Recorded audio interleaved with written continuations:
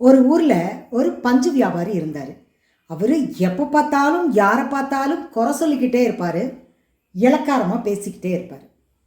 இப்படியே இருக்கும்போது ஒரு நாள் அவரோட கடைக்கு ஒரு தேவதை வந்தது. அந்த தேவதை வந்துட்டு, உங்களுக்கு என்ன வேணும் அப்படின்னு கேட்டுச்சு. இவர் தான் எப்போ பார்த்தாலும் இளக்காரமாக பேசுவார். அந்த தேவதைக்கிட்டேயும் அதே மாதிரி பேசினார். உன்னால் என்ன செய்ய முடியும், என்ன கொடுக்க முடியும், சரி நான் கேட்குறேன், நீ தரியான்னு பார்க்கலாம் அப்படின்னு சொல்லிட்டு, என் கடைக்கு பஞ்சு மூட்டை வரதும் தெரியக்கூடாது, போகிறதும் தெரியக்கூடாது, உடனே காலி ஆகிடணும் அப்படின்னு கேட்குறாரு. அந்த தேவதையும் சரி அப்படியே ஆகட்டும் அப்படின்னு நான் வரம் தரேன் அப்படின்னு சொல்லிட்டு கிளம்பிடுச்சு. அடுத்த நாள்லேருந்து பஞ்சு மூட்டை வரதும் தெரியாது, போகிறதும் தெரியாது, உடனே காலி ஆகிடும். நல்லா கவனிங்க, உடனே காலி ஆகிடும், வியாபாரம் ஆகாது.